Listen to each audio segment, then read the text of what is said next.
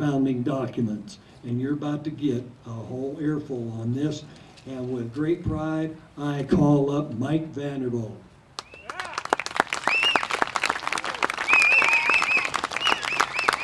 And he's bringing his guitar so he can play us a song.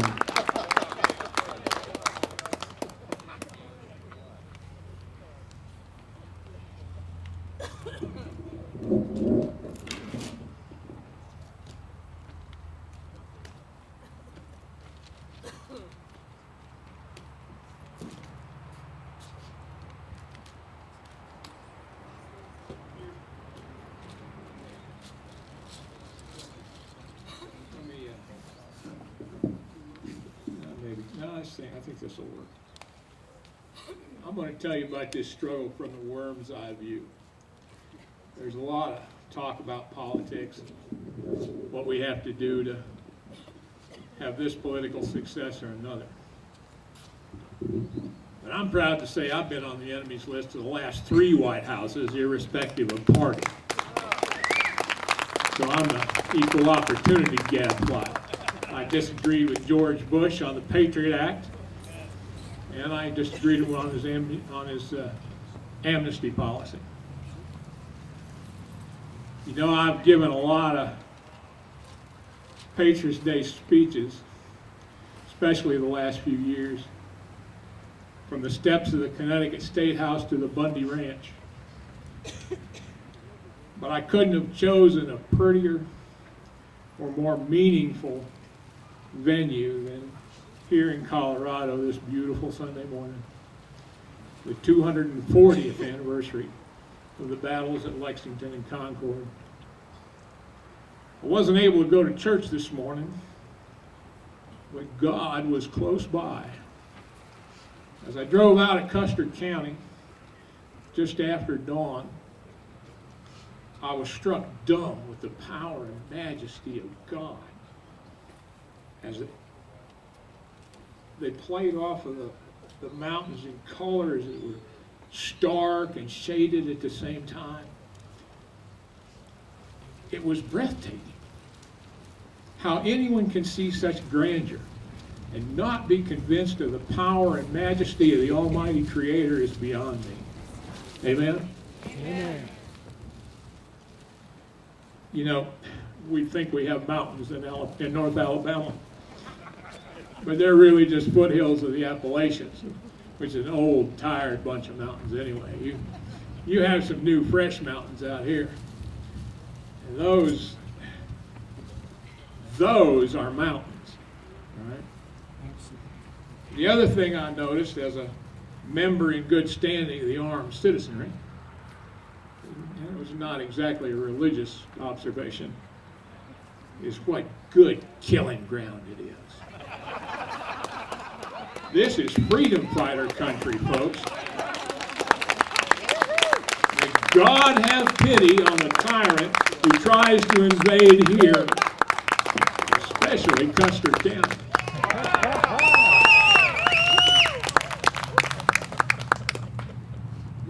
Now, the scariest thing about the present regime is that they've made every day opposite day by redefining reality as they choose to see it.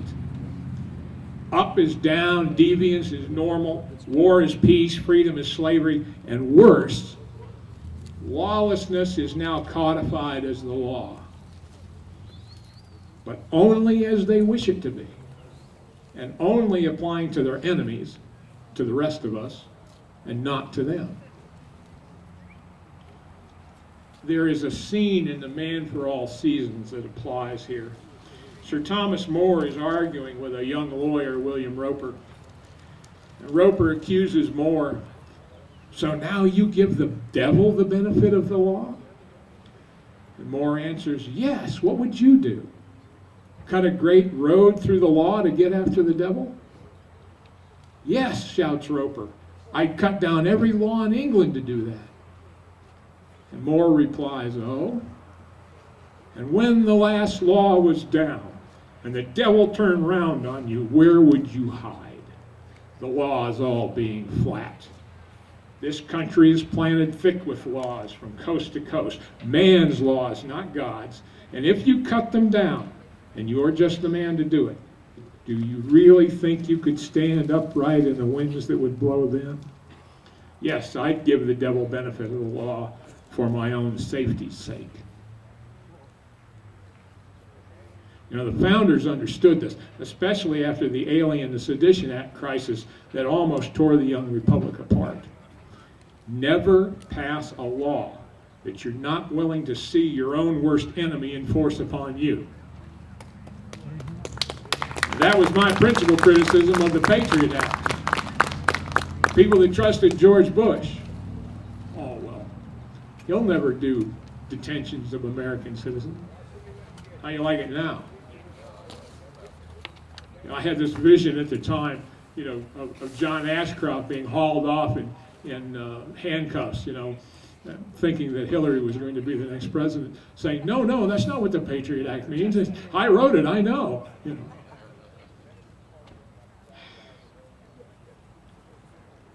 The founders knew this from John Locke, who wrote a century before them.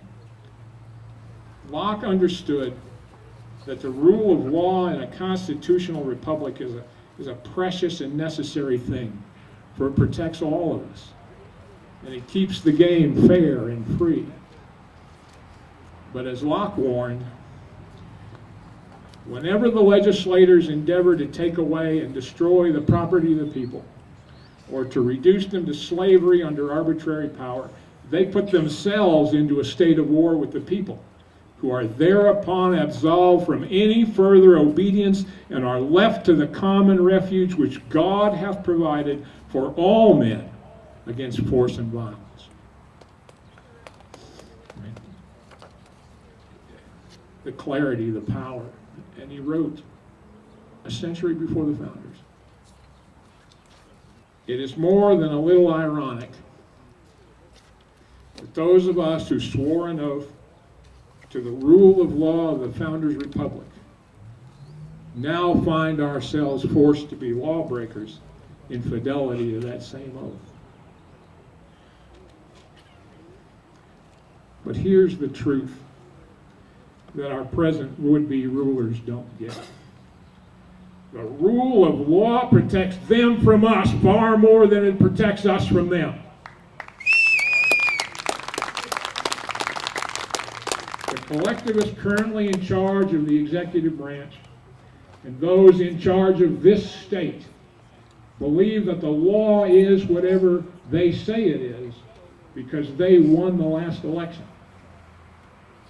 We understand that the rule of law means that any law must be subject to the limits of the Constitution, as their definition of law means that they have the power to compel you regardless of the constitutionality of their purpose. I leave it to you to decide who is in fact law-abiding and who is faithful to the rule of law as the founders understood it. As for me, I have made my decision. And so have all those in states like Colorado, Connecticut, New York, Maryland, and now in Washington State, who must confront the reality of unconstitutional laws and who have decided that armed civil disobedience of such laws is the only course open to men and women who wish to remain free.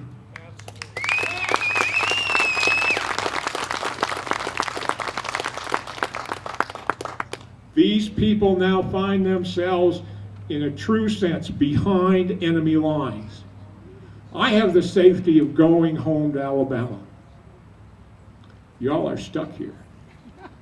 Worse, you could be in Connecticut or Washington State, where the authorities there are far more thirsty for power and far more likely that conflict will break out there. Your recall elections put the fear of God into some of these people here. Obviously not enough, though, because they wouldn't repeal the magazine law, one of the things that brings me here today. But for this resistance,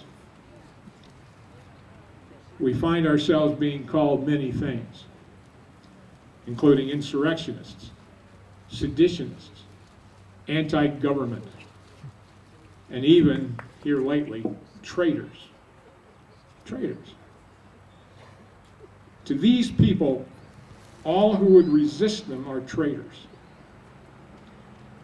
But I tell you now, and I tell the world, treason to a government based upon treason to its own founding document is no treason at all.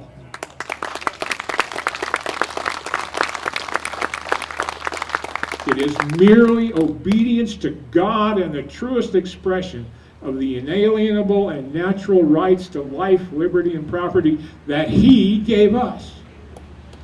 It is also an act of fidelity to the rule of law and the Founders' Constitutional Republic. And anyone who tells you differently is selling something. And what they are selling is the notion that you, the individual, must subordinate yourself to their benevolent collective. Or else. Quite benevolent, really. Do what we say or get eaten.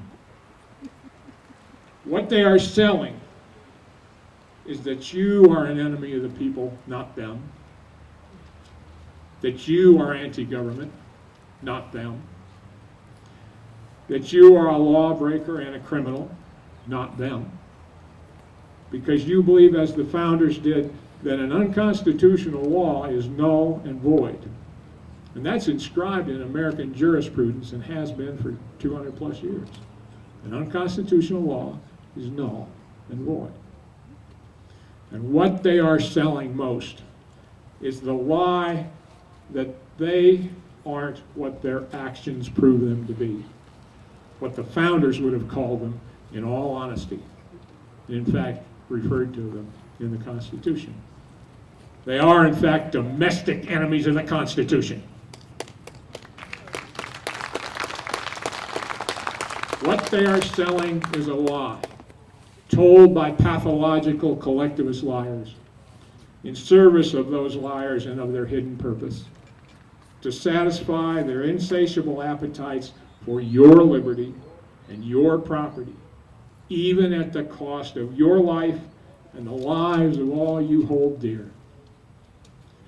That is the steel fist of tyranny they wrap their sweet lies around, hoping that you won't notice until it's too late. For collectivism is the oldest human moral disease, and like the Terminator, it cannot be bargained with, it cannot be appeased, it can only be defeated. Collectivism in the last century consumed hundreds of millions of innocents and still has practitioners who want more and more and more. In this century and for all time, these people's appetites never go away. They have this lack, this hunger that they have to fill somehow. And they kill. In the end, they kill to try to fill that hunger. You can't negotiate with that. You can't bargain with it. You can only beat it. But increasingly, our would-be rulers are discovering to their horror that there is no unconstitutional law that they can pass that we can't nullify with armed civil disobedience. From Connecticut to New York to Maryland to Colorado and now in Washington State. At every turn, the tyrannical laws they passed after Sandy Hook have been negated. Negated completely. And the elites don't know whether to defecate or go blind.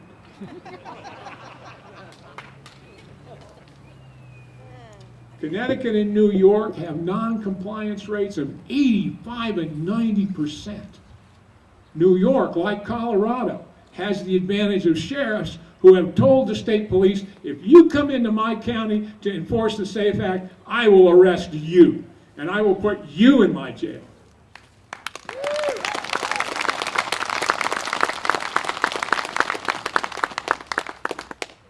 In Washington State, Michael Bloomberg bought himself a universal background check law, which is nothing more than a lawful gun owner registration act for the purposes of citizen disarmament, this is much more effective than firearms registration. It's potential troublemakers they want to identify.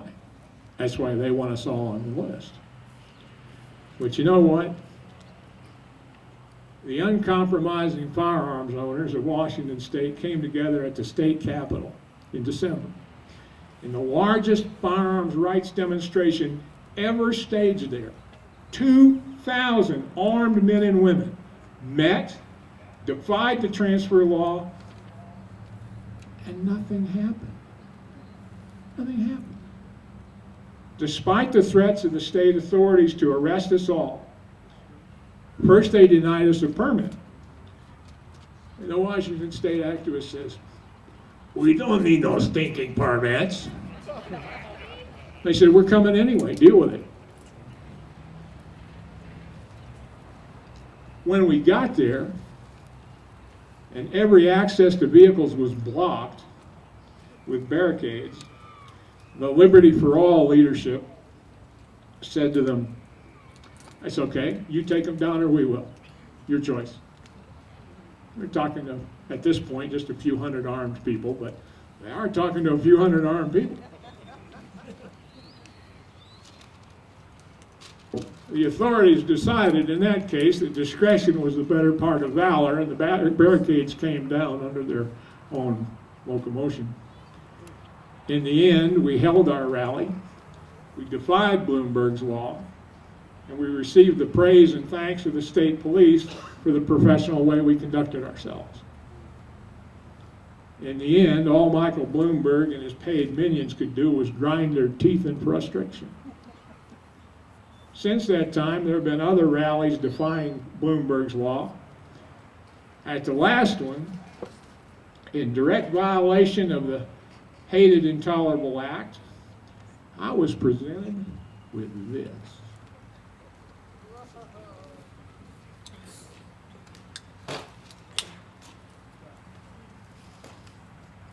To reassure you,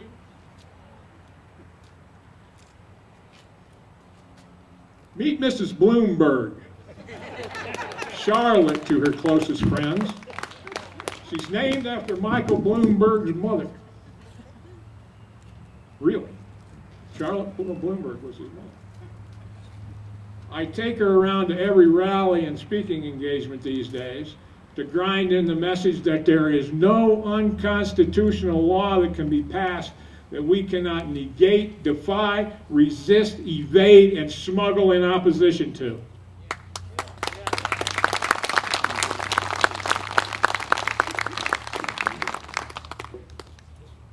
Hey, Charlotte, be nice to her.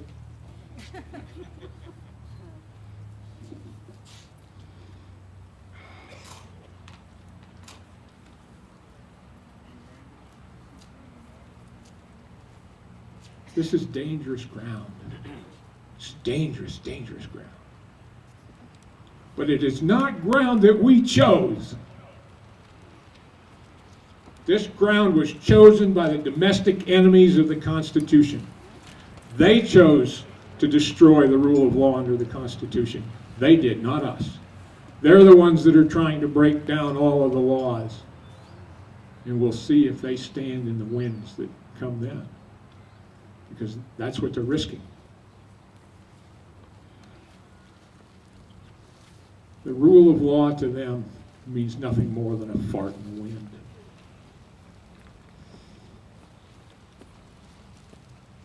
Which brings me to Colorado today. You know, your legislature refused to repeal the magazine ban last week. So in honor of these arrogant tyrants, I've brought them a present.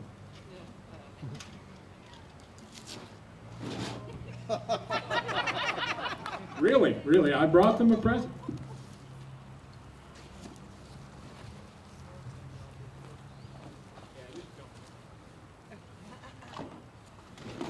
This is a box filled with 50 misdemeanors.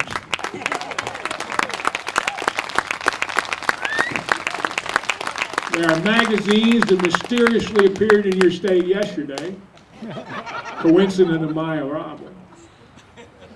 Now these are politician-grade magazines. You know, we've been smuggling hundreds of perfectly reliable magazines into Connecticut and to Colorado for years now, and since the laws were passed.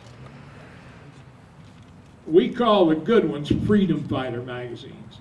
They're perfectly serviceable magazines that you can bet your life on. But now politician-grade magazines, like politicians, they're kind of unreliable, okay? And probably won't work as advertised. However, they are perfect, therefore, for presentation to anti-gun politicians. The first politician that actually got one of these was your own governor. What's his name, Chicken Cooper or something? Anyway, I sent him, the first governor to get one, under my Toys for Totalitarians program. I sent him a magazine along with a letter suggesting what he should do with it. And I said, basically, you know, now that you've got it, you're in violation of your own law, go arrest yourself.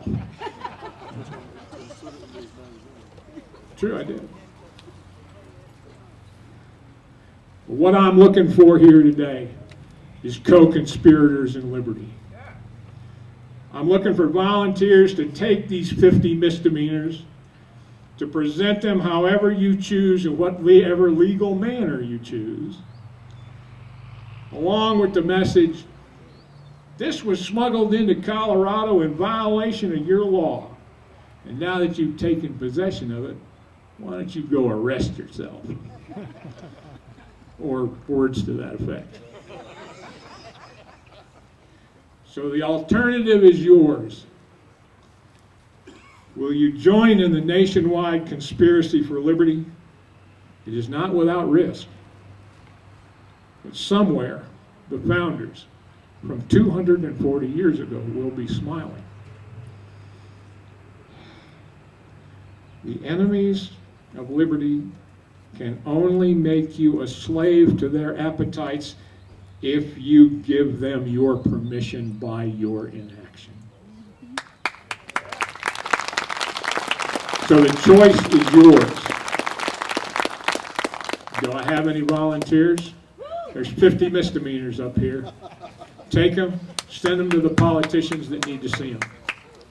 50 misdemeanors, come on. You don't have to bid anything. All you got to do is risk a little. But you know what we discovered? If enough of us risk, all of a sudden they decide that the risk is theirs and not ours. And I thank you very much for your time.